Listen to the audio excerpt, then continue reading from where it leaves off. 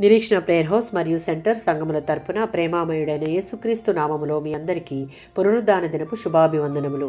ఈ దినపు దేవుని మాట ద్వితీయోపదేశకాండం 6వ అధ్యాయం 5వ వచనం. నీ పూర్ణ ఆత్మతో నీ దేవుడైన యెహోవాను ప్రేమింపవలను. ద్వితీయోపదేశకాండం 6వ అధ్యాయం 4-5 వచనాలలో దేవుడు వెల్లడి చేసిన సత్యాలలో ఈ 2 వాక్యాలు అతి ప్రాముఖ్యమైనవి. యూదుల యొక్క ఉద్దేశం ప్రకారం ఇశ్రాయేల్ వారికి వెల్లడి చేసుకున్న దేవుడు కాక వేరే దేవుడు లేడు, యెహోవాయే దేవుడు. ఈ వచనంలోని ఆజ్ఞ అన్ని ఆజ్ఞల్లోనికి ప్రధానమైనదని నూతన నిబంధనలో యేసు ప్రభు వారు చెప్పారు. ప్రేమ ధర్మశాస్త్రానికి నెరవేర్పు. కొందరు పాత నిబంధనలో కనిపించే దేవుడు ప్రేమలేని కఠినుడని, క్రొత్త నిబంధనలోని యేసు ప్రభువుగా వెల్లడి అయిన దేవుడు ప్రేమామయుడని భావిస్తారు. ఇది పొరపాటు.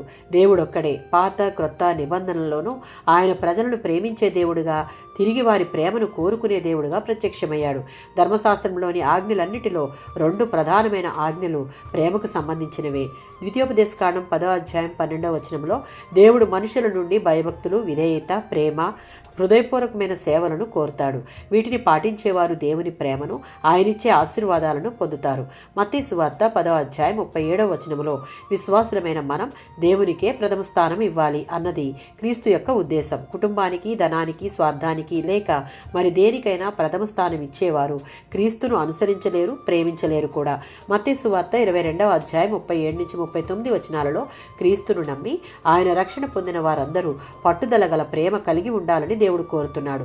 దేవుని ఎడల ఒక వ్యక్తి ప్రేమ హృదయపూర్వకమైనది, అధికమైనది అయి ఉండాలి.